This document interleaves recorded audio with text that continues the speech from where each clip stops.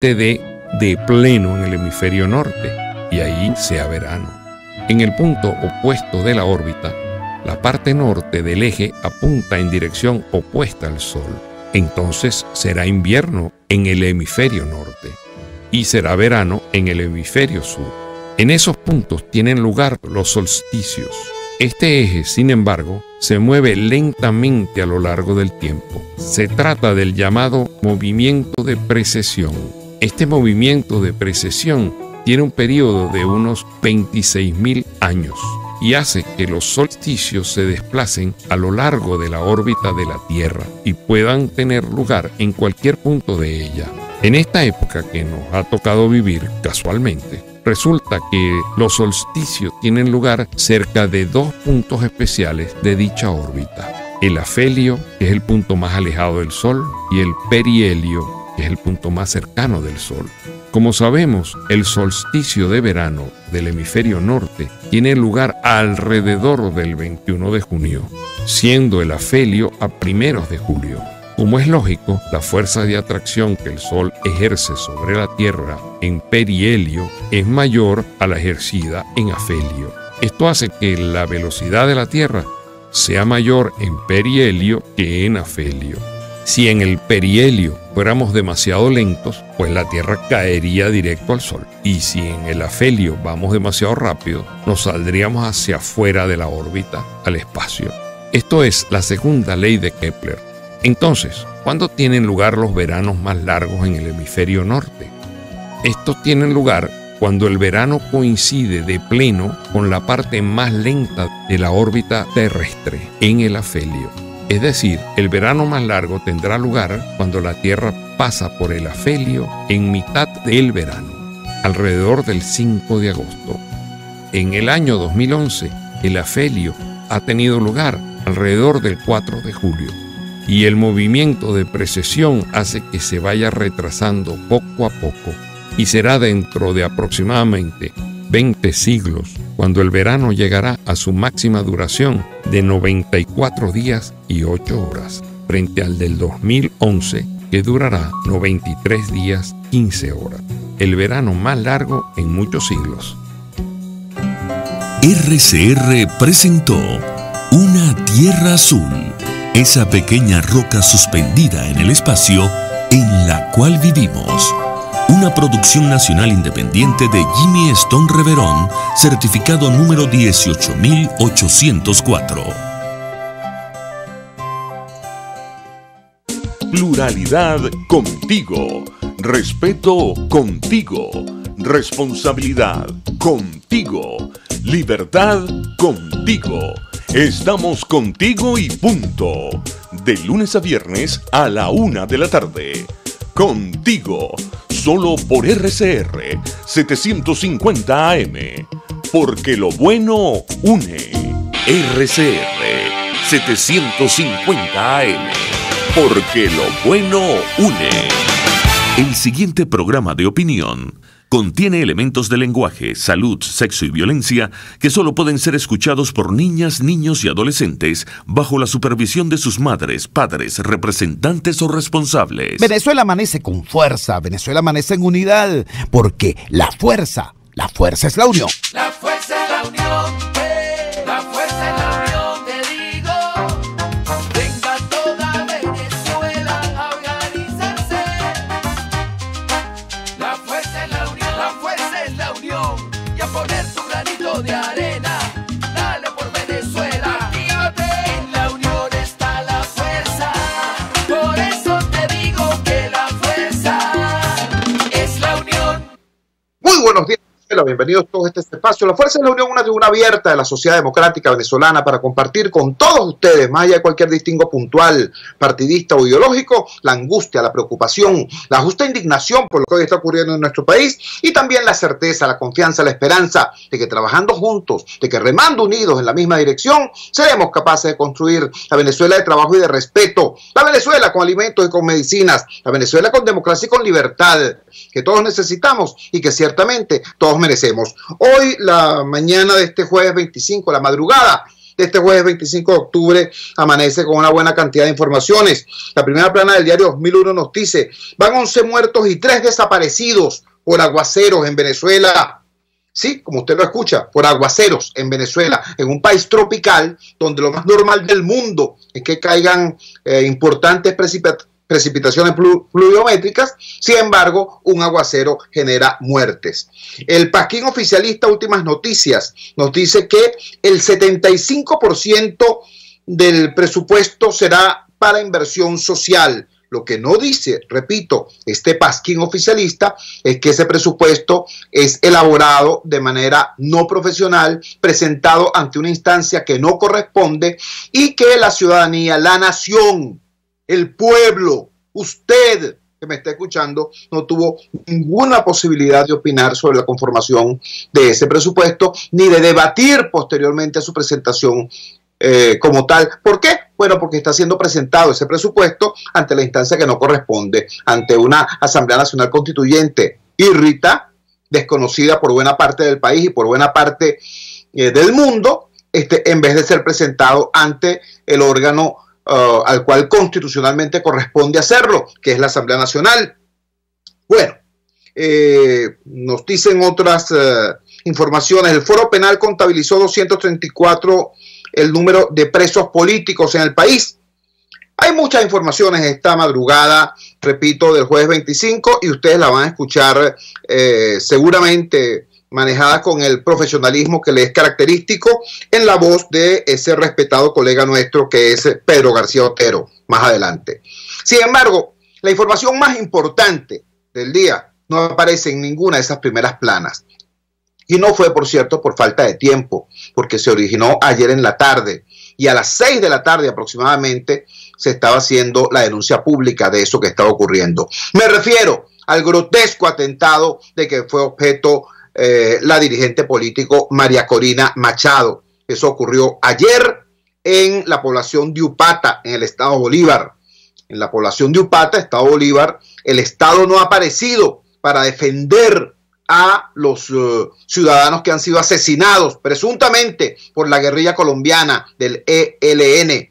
No ha aparecido el Estado para defender a los venezolanos del hambre y de la miseria que han tenido que salir corriendo rumbo a Brasil para tratar de proteger la vida propia y la vida de sus hijos. Para eso no apareció el Estado. Pero apareció para agredir una gira de un dirigente político, de una dirigente político, en este caso de María Corina Machado. Digo que es presencia del Estado porque la agredida denuncia que esto fue orquestado por el representante del Estado en esa localidad, que es la alcaldesa del PSUV. Escuchemos entonces la denuncia hecha por María Corina Machado en la tarde de ayer.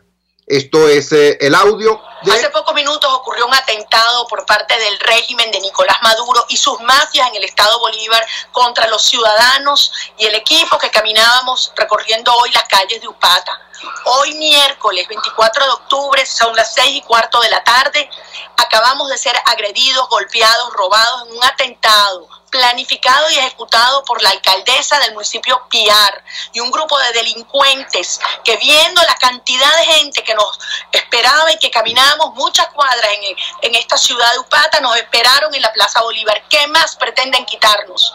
¿Qué más pretenden negarle al pueblo de Venezuela que hoy está de pie decidido a avanzar? Sépanlo bien, nos podrán perseguir, atacar, golpear, robar. Aquí nadie va a detenerse, no vamos a retroceder. El país y el mundo saben que es un régimen criminal. Este estado Bolívar ha estado permeado, controlado por las mafias del oro, del narcotráfico, del coltán, que están asesinando ciudadanos en las minas, porque la guerrilla ha ido invadiendo territorio venezolano aquí en todo el estado Bolívar. Pues sépanlo bien los criminales, no nos van a detener. Si creen que con golpes, con amenazas, con heridas, con palos, con huevos que nos lanzaron, nos pegaron en la cara, nos van a detener, se equivocan. Con más razón hoy, viendo esa cara monstruosa del crimen, esa cara cruel de quien se sabe descubierto como delincuente por el mundo entero, no nos van a detener. Avanzamos Venezuela, seguiremos recorriendo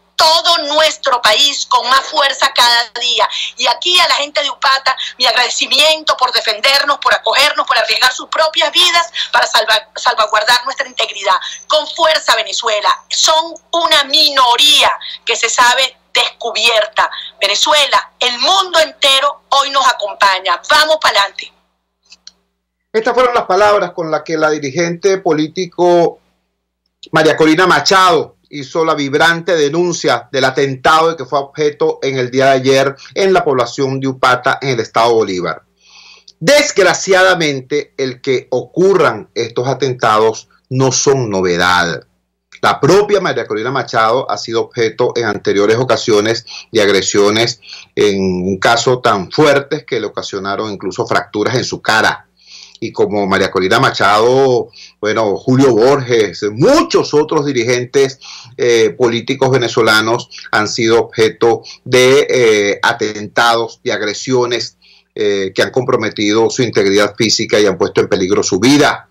En alguna oportunidad, siendo Julio Borges presidente de la Asamblea Nacional, es decir, jefe del Parlamento venezolano, fue objeto de una agresión por parte de un uniformado que supuestamente debería estar a las órdenes de Julio Borges, el jefe del destacamento de protección de la Asamblea Nacional, del destacamento de la Guardia Nacional, encargado de la protección de la Asamblea Nacional, fue quien manoteó y empujó y ofendió al presidente de la Asamblea Nacional. Esas cosas han ocurrido anteriormente en nuestro país. Quien les habla, y eso el país lo recuerda, fue objeto también de una agresión cobarde cuando 6 fascinerosos de esos grupos irregulares, mal llamados colectivos y en realidad paramilitares, tendieron una emboscada y agredieron una manifestación pacífica e intentaron, con la ventaja del número, tratar de agredir mi persona. El país lo recuerda, también saben cómo salieron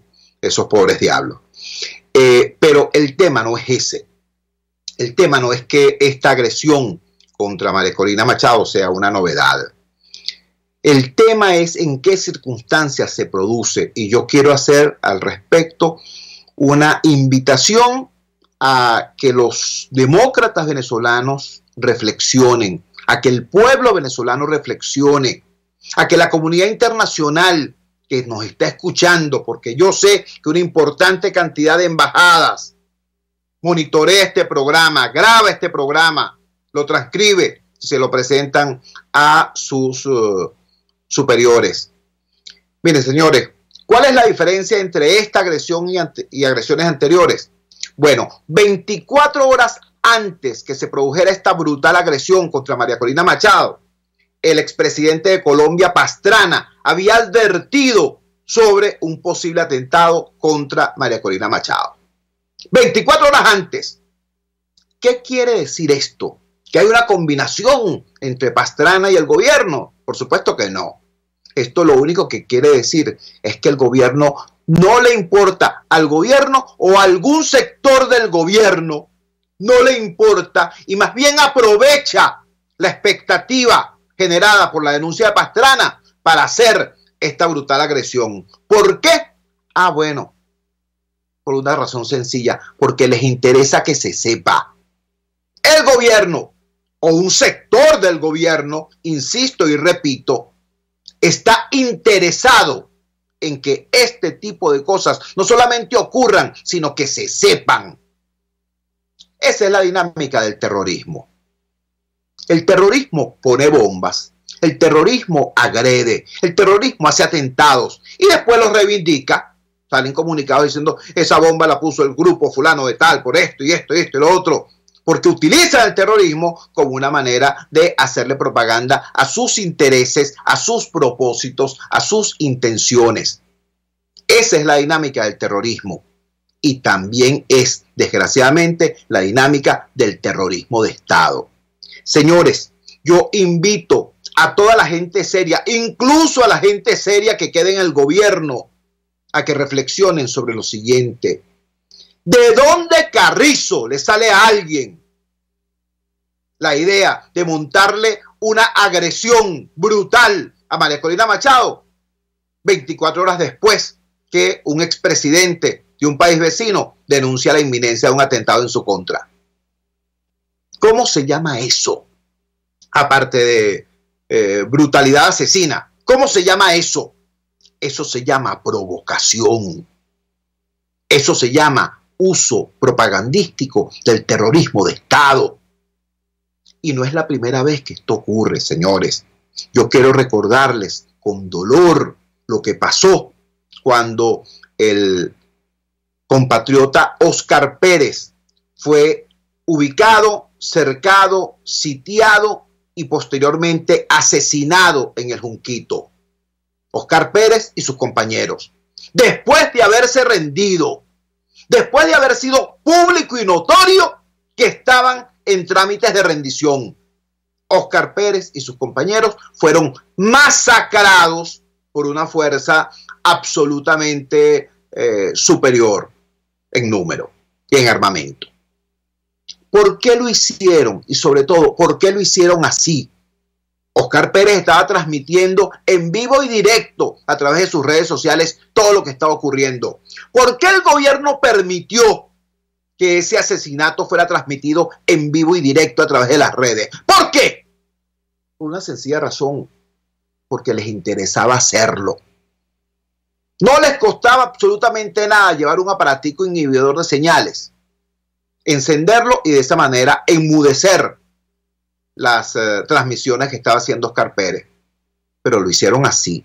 ¿Por qué? Repito, porque el terrorismo de Estado tiene esa vocación y ese interés.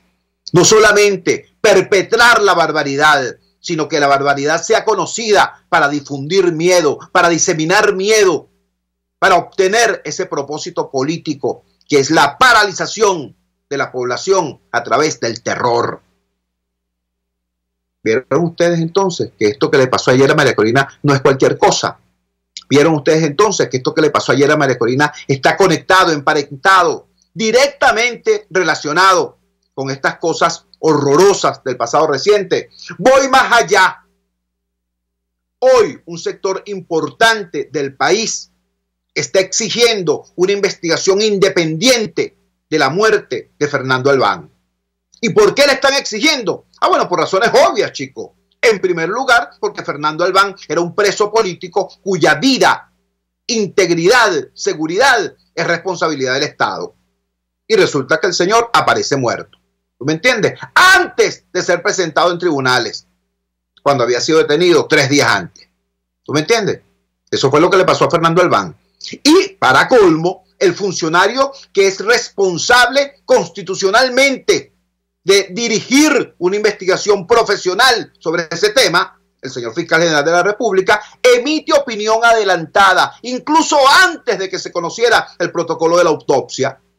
Entonces, si el funcionario que debería dirigir una investigación adelantada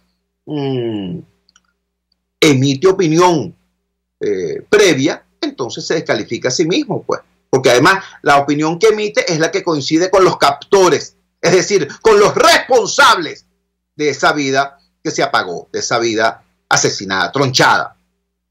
Entonces, bueno, hay un sector importante del país que tiene fundamentadas dudas acerca de si Fernando Albán en efecto se suicidó o si fue asesinado o si pereció en la tortura. Hay versiones en ese sentido.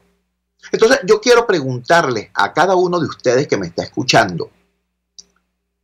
Imaginemos una hipótesis. Imaginemos que en efecto Fernando Albán murió en el transcurso de maltratos que estaba recibiendo. Imaginemos eso como hipótesis, insisto. Si eso fue así, si se produjo un, comillas, accidente en el proceso de tortura a Fernando Albán, si eso ocurrió, si ese horror ocurrió así, todavía queda una pregunta. ¿A quién se le ocurre, chicos, lanzarlo de un piso 10 en pleno corazón de Caracas, en plena Plaza Venezuela? ¿A quién se le ocurre eso? Porque han podido hacer cualquier otra cosa. Han podido esconderlo, han podido decir que se fugó, han podido decir cualquier otra cosa, cualquier otra barbaridad. El cinismo del Estado delincuente no tiene límites. Han podido decir cualquier otra cosa, pero no. Si ocurrió lo primero e hicieron lo segundo, repito y subrayo, si ocurrió lo primero e hicieron lo segundo, entonces es que les interesaba que se supiera. Les interesaba que se supiera para generar terror, miedo, desmoralización en el resto de la población. ¿Están viendo ustedes entonces lo grave de esto? Lo grave de esto. La conducta exhibida por los actores del Estado en los eventos de ayer es extremadamente grave. No solamente por la brutalidad intrínseca, por la irresponsabilidad política intrínseca de agredir con violencia física una manifestación política. No solamente por eso, sino porque esa agresión se produce horas después que una connotada figura internacional, un expresidente de Colombia, el expresidente Pastrana, hubiese advertido sobre un posible atentado contra María Corina. Bueno, de inmediato lo hacen, de inmediato lo perpetran. Repito, yo hago un llamado, una exhortación respetuosa, seria, venezolana, no solamente a la gente de la oposición, no solamente a las direcciones político-partidistas de la oposición, no solamente a la comunidad internacional, no, sobre todo a las personas que forman parte del gobierno y que no quieren pasar a la historia como cómplices de estas barbaridades. Yo les hago un llamado a que entiendan que esto se les está saliendo de madre. Esto se les está saliendo de causa y de las manos. Y que esto no es un problema interno de los grupos o grupetes que se están disputando la hegemonía en el oficialismo.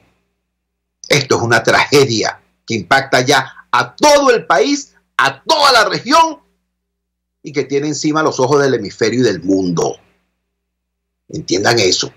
Ese es el tamaño de la gravedad de lo que ocurrió ayer en Upata, en esta agresión contra María Corina Machado, quien, bueno, puede tener las posiciones polémicas que tenga.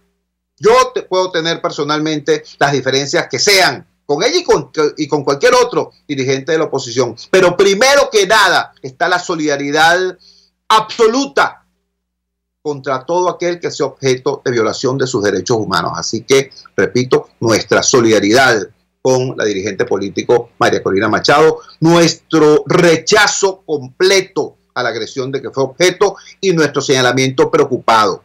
Las circunstancias en que se produce esta agresión son extremadamente graves y se conectan con situaciones de violencia política anterior que permiten presumir que el régimen o sectores del régimen están interesados en dinamitar cualquier posibilidad de reconstrucción de convivencia en este país.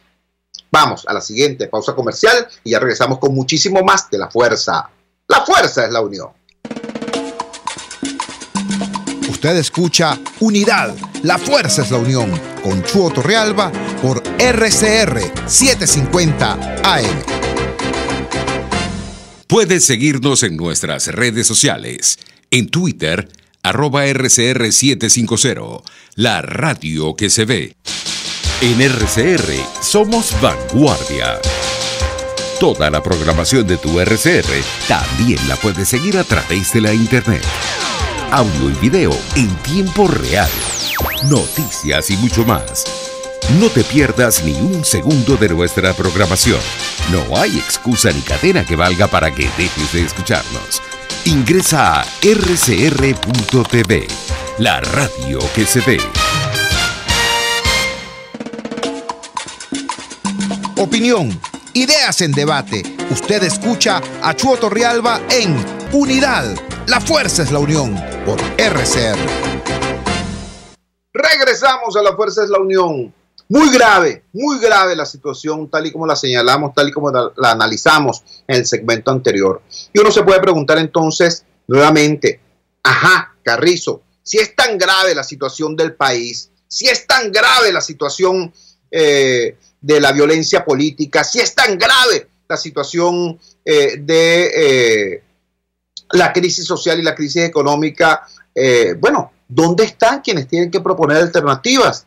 El oyente Juan Blanchard nos escribe a través de la red social Instagram y nos dice, Bueno, y entonces, y si eso es así de grave, ¿por qué no nos unimos? ¿Por qué no nos reintegramos para poder hacer frente a una situación de tanta gravedad y de esta horrenda naturaleza? Yo quiero compartir de inmediato, voy a utilizar este segundo segmento del programa para compartir de inmediato un muy importante trabajo que publicó ayer en el diario El País de España el periodista venezolano Alonso Moleiro. Como ustedes saben, Alonso Moleiro es un muy destacado comunicador social venezolano.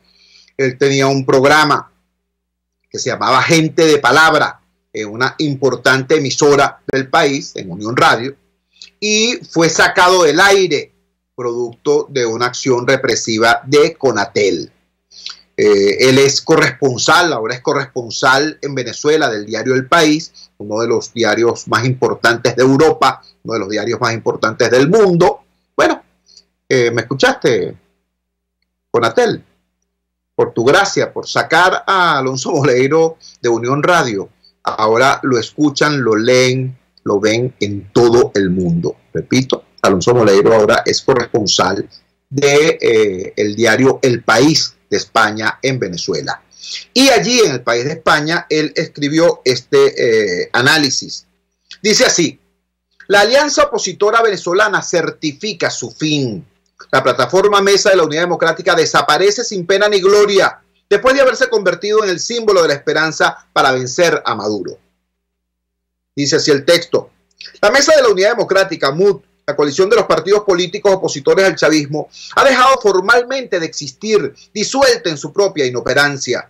A su funeral no han asistido ni sus propios miembros. Después de haber surcado un accidentado camino de casi 10 años, con sus tropiezos y algunos aciertos, y de haber encarnado la esperanza de muchos venezolanos para derrotar a Nicolás Maduro y trascender la penosa situación actual del país, su disolución se ha concretado de forma discreta y sin que las fuerzas opositoras hayan podido idear algún mecanismo alternativo de concertación política. La disolución de la MUD se ha materializado sin anuncios. Sus estructuras comenzaron a languidecer desde 2017, conforme se fueron erosionando las vías políticas y electorales para procurar un cambio pacífico de gobierno, y en la misma medida en que la represión chavista hizo florecer nuevas diferencias de enfoque entre sus integrantes. Repito, estoy leyendo el artículo que Alonso Moleiro, el periodista venezolano Alonso Moleiro, publicó ayer en el diario El País de España. Sigue así: los dirigentes de los partidos opositores venezolanos, Primero Justicia, Acción Democrática, Voluntad Popular, Un Nuevo Tiempo, Causa Radical, Avanzada Progresista, se siguen reuniendo y procuran apuradamente allanar algún camino de coincidencias. Algunos de ellos hacen esfuerzos para tenderle un puente a 20 Venezuela, el partido de María Corina Machado, el primero en abandonar la mesa en 2016 y el que tiene una actitud más intransigente frente al chavismo. El ex candidato presidencial y líder opositor, Enrique Capriles, ha declarado que acaso el nuevo norte de las fuerzas democráticas venezolanas es el de la unión. Ya sin la MUD puede que sea demasiado hablar de unidad.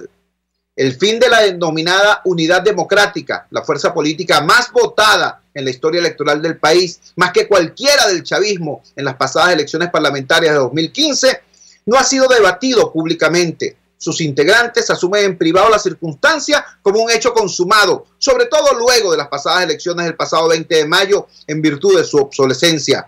Parte importante de la plana directiva de lo que era la MUD, Julio Borges, Carlos Vecchio, David Smolansky, Antonio Ledesma, Freddy Guevara, Leopoldo López, están en el exilio o en prisión. El bloque opositor venezolano cursa hoy una lenta metamorfosis destinada a evolucionar para germinar en 3 plataformas más pequeñas, en las cuales queda recogida la interpretación de cada una de ellas de la crisis venezolana. Estas pequeñas plataformas son Soy Venezuela, integrada por el partido de Machado, Antonio Ledesma y algunos independientes, con un discurso que coloca la salida inmediata del poder de Maduro como previa condición de cualquier acuerdo electoral. También está la Concertación por el Cambio, liderada por Henry Falcón y su partido, Avanzada Progresista, de línea moderada e interesada en recorrer la vía electoral a cualquier costo, incluso con las condiciones que coloque Maduro en cada nueva cita. Y un tercer grupo, el mayoritario, todavía sin nombre, en el cual siguen existiendo los partidos que dominaban la antigua mesa, empeñada en una solución política con Maduro, pero hoy en día particularmente dividido, incluso dentro de los propios partidos, en torno a las decisiones inmediatas que tiene pendiente la oposición. Aquí se ubican Acción Democrática, Primero Justicia, Voluntad Popular, Un Nuevo Tiempo y la Causa R.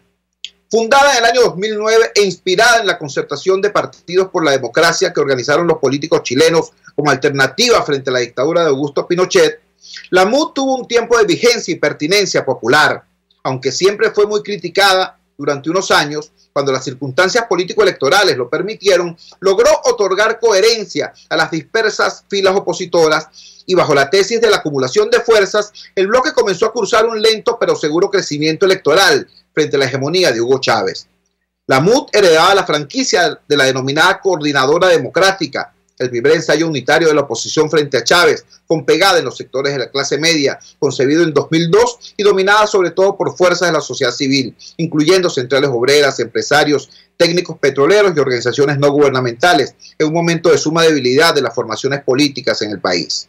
Por entonces, se hizo una conclusión compartida que la lucha para rescatar la democracia en Venezuela debía ser liderada por partidos y políticos como símbolos de un régimen de libertades, y bajo ese ánimo conoció la luz la MUD.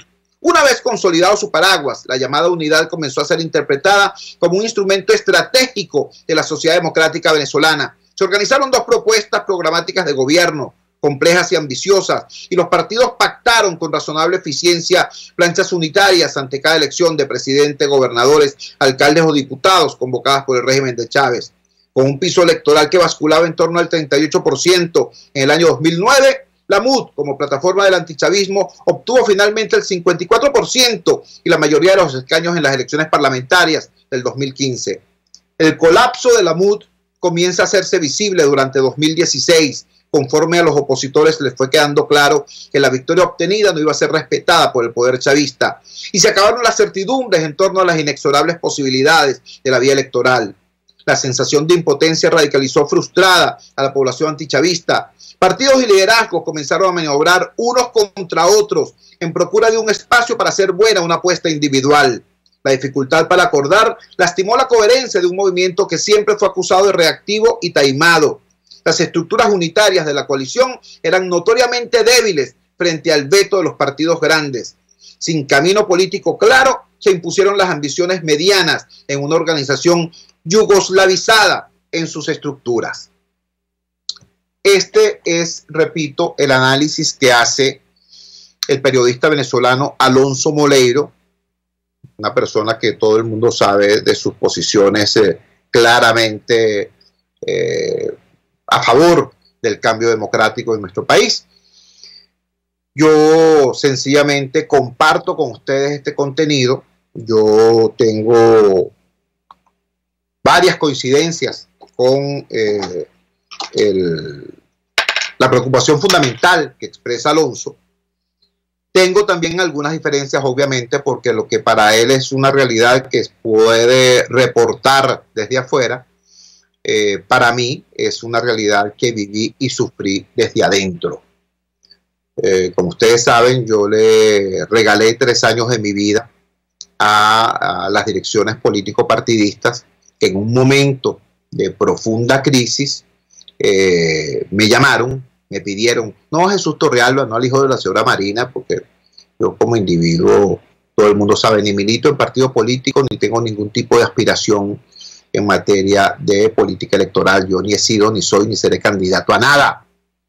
Pero por mi condición de activista social, de dirigente social, de comunicador popular, les pareció que yo podía ayudar al campo democrático a soldar una fractura que ya se hacía inminente a raíz de las diferencias que la oposición venezolana experimentó desde el año 2014, cuando algunos inventaron aquello que se llamó la salida. ¿Recuerdan? Bueno, yo en septiembre de 2014 asumo por petición de los partidos, por decisión unánime de los partidos, la Secretaría Ejecutiva de la MUD. Y se hizo un trabajo humilde, sencillo. Ustedes me vieron acompañando, por ejemplo, a María Corina Machado cada vez que ella era citada por la fiscalía. Pero me vieron también acompañando a Rosales cada vez que Rosales intentaba regresar al país. Ustedes me vieron acompañando a Lilian Tintori cada vez que ella hacía un reclamo en defensa del derecho a la libertad de su esposo. Pero me vieron también acompañando a Henry Ramos Alú cada vez que este dirigente político tenía que hacer un señalamiento o alguna denuncia, porque ese era mi trabajo. Mi trabajo no era decir, este me gusta, aquel no me gusta, este me cae bien, aquel no me simpatiza. Mi trabajo era reunir todo ese pedacero y tratar de construir con ese pedacero algo que pareciera una alternativa medianamente coherente. Y gracias a Dios y con el apoyo de muchísima gente, eso fue posible. Y fue posible, ¿saben por qué?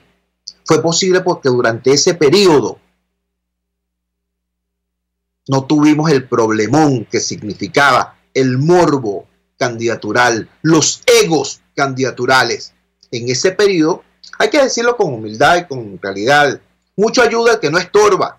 Y en ese periodo, bueno, tuvimos la suerte, los venezolanos quiero decir, los venezolanos tuvimos la suerte de que los egos y las candidaturas estaban en el congelador.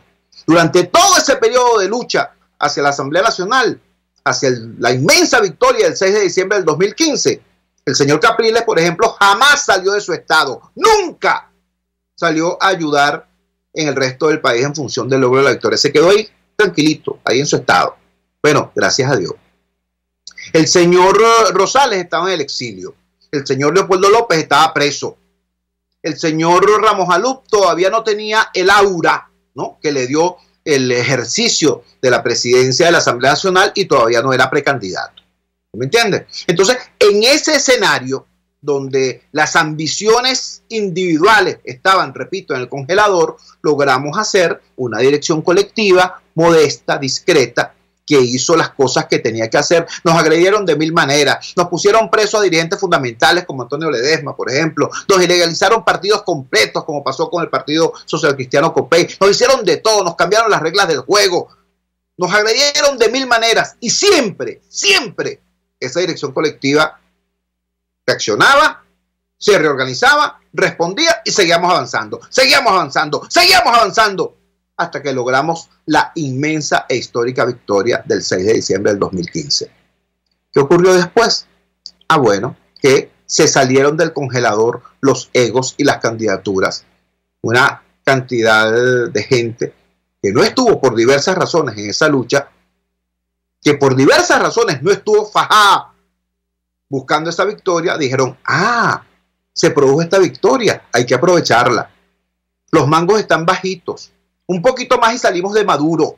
Y empezó el torneo de demagogia. De Maduro salimos en 6 meses. No, en 3 semanas. No, en 2 días. Entonces cada quien empezó a pegar los gritos que les parecían más radicales para capturar la imaginación y el apoyo del pueblo opositor. Bueno, y empezó el torneo de demagogia que nos hizo perder las oportunidades que hemos tenido desde esa victoria del 6 de diciembre del 2015 hasta el sol de hoy. Los que destruyeron la unidad democrática en el 2017, ahora salen diciendo, caramba, nuestro honor debe ser la unión. Los que dijeron en algún momento, se cerró la vía democrática, ahora están diciendo, bueno, ¿y cómo hacemos? Pero lo dicen calladito, ni siquiera tienen el valor de pararse frente al país y decir, mi opinión para la reconstrucción del campo democrático en Venezuela es esta y esta. Y sobre todo, sin ninguna humildad para reconocer sus propios errores que, por cierto, le permitieron al gobierno desarrollar una represión brutal que costó solamente en el año 2017 más de 150 vidas. ¿Qué le parece? Esa es la situación. Esa es la situación a la que alude este artículo de Alonso Moleiro. Y por supuesto, usted podrá decir, no, porque todos esos tipos son esto, es lo aquello, lo otro. Yo no estoy tan de acuerdo con eso. Yo creo que ese liderazgo democrático, con todas sus deficiencias, es el que tenemos. Y nuestro trabajo como ciudadanos es seguir enfrentando al proyecto autoritario y exigirle a ese liderazgo democrático que se comporte a la altura, que en primer lugar se reintegre, que le ofrezca al país un camino claro. Ese camino claro tiene que tener primero un objetivo preciso, no demagógico, preciso. una estrategia para llegar a ese objetivo y una hoja de ruta consensuada en la cual se concrete esa estrategia común. Esa es la responsabilidad del liderazgo. No andarse escondiendo cuando tienen más bien que aparecer y señalar caminos. Vamos a la siguiente pausa comercial y ya regresamos con muchísimo más de La Fuerza. La fuerza es la unión. Les estamos presentando Unidad. La fuerza es la unión. Solo por RCR 750 AM. Puedes seguir nuestra programación a través de rcr.tv, la radio que se ve.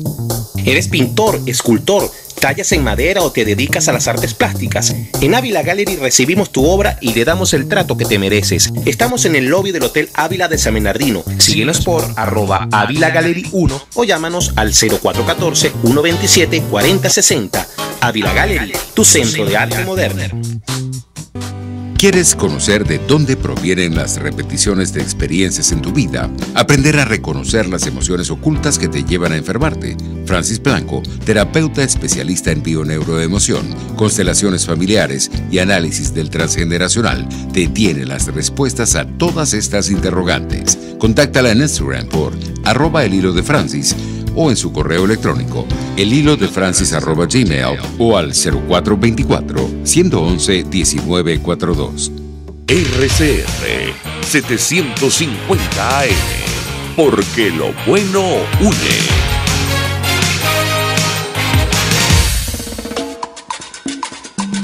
Les estamos presentando Unidad. La fuerza es la unión. Solo por RCR 750 AM. Regresamos a La Fuerza es la Unión. Y ciertamente, cuando planteamos en el primer segmento lo peligroso de esta situación que se hace evidente con el atentado contra María Corina Machado, luego en el segundo segmento decimos, bueno, ¿y dónde está la dirección política opositora para diseñar una estrategia que enfrente y derrote al terrorismo de Estado? Y hacemos toda la reflexión que hicimos a propósito del artículo de Alonso Moleiro. Yo quiero subrayar lo que siempre digo: a pesar de la inopia del liderazgo político partidista, aquí hay un pueblo que lucha, un pueblo que pelea, una sociedad civil que está inventando, incluso diseñando nuevos mecanismos de construcción de capital social, de construcción de ciudadanía. Una de esas experiencias fue presentada ayer en rueda de prensa en los espacios del Trasnocho Cultural en Paseo Las Mercedes. Es la experiencia denominada Fábrica de Cine, el circuito Gran Cine que dirige el periodista Bernardo Rotundo. Tiene un proyecto social llamado Fábrica de Cine que está orientado a dotar a los niños y adolescentes de las escuelas y liceos de los barrios pobres del municipio Baruta de las herramientas para que aprendan a hacer cine, para que aprendan a hacer películas, documentales, cortometrajes, para que esos niños tengan voz y puedan percibir y retratar la realidad que ven y también difundir sus sueños, sus metas, sus objetivos, sus esperanzas. Ese es el hermosísimo trabajo que está haciendo Fábrica de Cine. Repito, ayer ellos presentaron en los espacios del Trasnocho Cultural en Paseo Las Mercedes los resultados, los 10 cortometrajes de la Fábrica de Cine 2, y anunciaron que empieza ya la tercera hornada, la tercera generación de este esfuerzo con la Fábrica de Cine 3. Escuchemos entonces la entrevista que le hicimos a Bernardo Rotundo y a los niños de Fábrica de Cine. Nos encontramos en la rueda de prensa donde Gran Cine, el circuito Gran Cine, presentó la Escuela de Cine 2. Este es un trabajo que los oyentes de la Fuerza de la Unión ya conocen por referencia, pero disculpen si perciben en mi voz temblor y emoción, es que no de otra manera se puede reaccionar frente a lo que acabamos de ver en esta sala de cine en el Centro de Trasnocho Cultural. Vamos a hablar con Bernardo Rotundo, que no solamente es gerente, no solamente es promotor, es el alma de este proyecto que es social, es comunitario, es tecnológico. es muchas cosas, pero esencialmente es construcción de ciudadanía. Bernardo, describe a nuestros oyentes, si es posible hacerlo, esto que hemos presenciado hoy acá. Bueno, Chu, tú como buen comunicador estudiamos juntos en la Escuela de Comunicación Social de la UCB y nosotros te hemos hecho mucho seguimiento, pero lo más importante es que tú has hecho un trabajo social importante y sabes lo difícil que es construir trabajo comunitario, trabajo de organización popular, es complejo, es difícil. Y Fábrica de Cine, que es un programa social del circuito Gran Cine, ha hecho ese trabajo de meterse en las redes, meterse en los liceos para buscar a jóvenes e invitarlos a participar en producción cinematográfica, pero que no sea solo por producir películas simplemente, sino que tengan un contenido, una visión, que esos jóvenes puedan aprender a construir ciudadanía, construir derechos humanos, hablar sobre sus problemáticas y que se conviertan en reporteros ciudadanos. Los resultados que hemos visto hoy en la presentación a la prensa de Fábrica de Cine 2 y que va a continuar ahora, anunciamos formalmente que Fábrica de Cine 3 ya arrancó y para el año que viene, a estas alturas del año, estaremos presentando otros 6 cortometrajes. Hoy vimos 6 cortometrajes hechos con herramientas muy rudimentarias, con teléfonos, con cámaras muy sencillas, pero que narran pues experiencias que tienen que ver con problemáticas como la salud, la educación, la libertad de expresión, y está hecho el acceso al agua. La problemática del agua, y está hecho por esos jóvenes bajo la tutoría de grandes profesionales de la industria del cine nacional, y además no es solo, como te decía, que fuese nada más para aprender a agarrar una cámara, sino que le hemos dado talleres sobre redes sociales, sobre organización de cineclubes, unidades de producción, y también le hemos hablado sobre temas de derechos humanos con los mejores profesionales.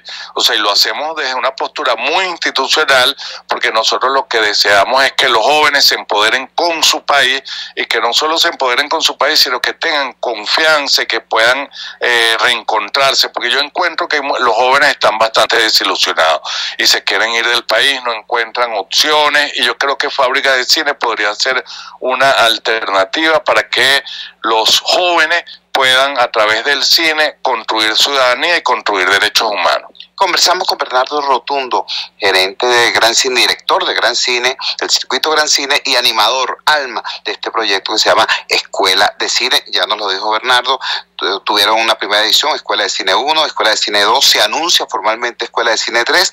Entiendo que son más de 1000 jóvenes los que han pasado por este esfuerzo. Fábrica de Cine 3 es un proyecto social el primer en siembra, que recorrimos varios liceos del municipio de Baruta y después lo llevamos a la Casa de la Cultura de Baruta. Atendimos 1046 jóvenes. Obviamente esos 1046 jóvenes hacen los talleres, hay un filtro natural, y al final son 25 jóvenes los que participaron en la realización de estos 6 cortometrajes que estamos presentando hoy por primera vez públicamente ante los medios de comunicación. Pero es importante que a todos los caraqueños o todos los que estén el sábado 27 en Caracas asistan a la concha acústica de Bellomonte para que los puedan apreciar en pantalla con las pantallas del Gran Cine Móvil, que estaremos ahí a las 6 de la tarde exhibiendo los cortometrajes de Fábrica de Cine como primer resultado del esfuerzo de más de un año de trabajo de Fábrica de Cine 2, pero ya Gran Cine tiene 3 o 4 años impulsando pues este programa social que sin duda apunta a la construcción de derechos, crear ciudadanía y defender derechos humanos. Bernardo, como activista ciudadano, como venezolano, como periodista, como padre de familia, te agradezco profundamente todo lo que están haciendo. Y bueno, confieso, pues yo estoy en este momento, no desde la perspectiva profesional, aséptica, sino estoy emocionado como venezolano. Fue Bernardo Rotundo, director de Gran Cine. Ahora vamos a conversar con uno de los jóvenes valores que se hicieron presentes en esta sala en el día de hoy. Pudimos escuchar a muchos jóvenes adolescentes que fueron directores, productores, asistentes de producción, directores de cámara, pero ahora vamos a hablar con uno de los actores, vamos a hablar con uno de los protagonistas del asunto. ¿Cómo te llamas tú? Me llamo Víctor Zambrano. ¿Qué edad tienes, Víctor? Tengo 9 años, trabajo con mi papá desde los 7 y bueno, desde que he estado con él he visto cómo es esto, cómo es el cine, cómo son las cosas acá. Le he ayudado a trabajar con él, he ido a sus clases donde le da clases a los adolescentes para que aprendan sobre el cine y eso. Yo soy el protagonista de Si yo tuviera un superpoder. Yo le puse el nombre, me habían dicho que no sé qué, de una varita mágica, no sé qué, para cambiar el país. Y yo le dije que eso era para niñas y cambiaron el nombre para Si yo tuviera un superpoder. ¿Cómo sentiste tú la experiencia de hacer cine primero y luego verte en pantalla grande? ¿Qué sentiste tú la primera vez que te viste en la gran pantalla? Bueno, me sentí un poco nervioso, todos me felicitaban por lo que había hecho. Bueno, ese día estaba un poco orgulloso de lo que había hecho. Fue un trabajo duro porque yo estaba ahí. Mientras entrevistaban a los otros niños, yo estaba ahí pendiente para ver cómo era la cosa. Y fui el último entrevistado porque ya sabía cómo era la entrevistación y eso. Y me uní y le di todo lo que necesitaban, porque como vi que no conseguían nada que les pudiera ayudar, entonces yo decidí, pude colaborar así como lo hago en todos los trabajos que hace mi papá, que yo colaboro con él, y normalmente salgo con el crédito ganando o algo así. Mira, en este momento, bueno, ustedes lo pudieron ver cuando hicieron la grabación de los cortos, y bueno, en la vida pues cotidiana ustedes han visto que es una situación complicada en este país. Hay niños que le están pasando muy mal, hay familias que le están pasando muy mal. Desde tu experiencia, ¿qué mensaje le darías tú a los niños de Venezuela? Bueno, yo les haría que pudieran lograr conseguir algo de sus sueños o algo así, porque yo desde niño deseaba tener un negocio familiar y algo así. Yo tenía un negocio familiar llamado Chiriquiticos, que era donde cuidábamos a los bebés. Yo estaba ahí, yo era como el bebé jefe de la tienda, porque éramos los dueños, mi mamá y yo éramos los dueños de la tienda. Y bueno, un día cuando se puso a complicar las cosas, tuvimos que cerrar la tienda y no la demolieron y eso. Pero ahora quiero hacer un nuevo negocio, que no se trate así de bebés ni nada, pero donde pudiéramos vender nuestras cosas para lograr conseguir algo. Repítenos tu nombre, por favor. Me llamo Víctor Zambrano y bueno, espero que me estén escuchando mis amigos, mis mejores amigos. ¿Los puedo decir en la radio? Claro. Bueno, espero que mi amigo Matías esté ahí escuchándome, y mi amigo Pumé, y bueno, que son mis mejores amigos, y ya tengo todo el crédito de los cortos. Gracias, Víctor. Era Víctor Zambrano, uno de los jóvenes venezolanos, de los niños venezolanos que participaron en este proyecto de Fábrica de Cine 2.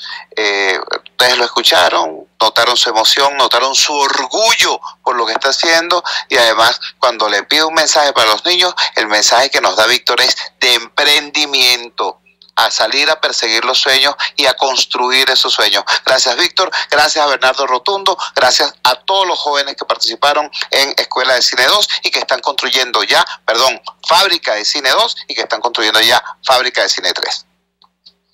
Esta fue la entrevista que le hicimos ayer a los protagonistas de este hermoso proyecto de construcción de ciudadanía que es Fábrica de Cine.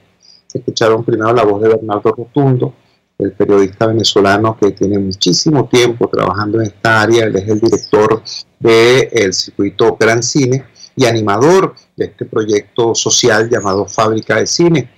Y luego escucharon la voz de uno de los niños, de Víctor Zambrano, Yo ayer tuve el honor de poder conocer a casi una veintena de muchachos que participaron en este proyecto, de los tantos. ¿Ustedes saben cuántos jóvenes han sido tocados en su vida por esta experiencia? Más de 1047 jóvenes en las 2 ediciones de este programa, que ya va para su 3ª edición.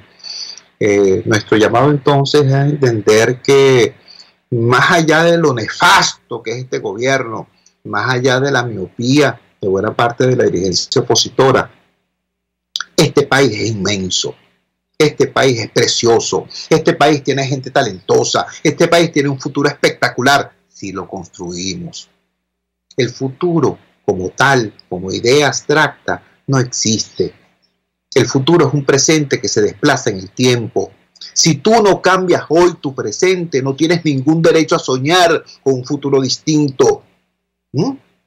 Entonces, le estoy dando este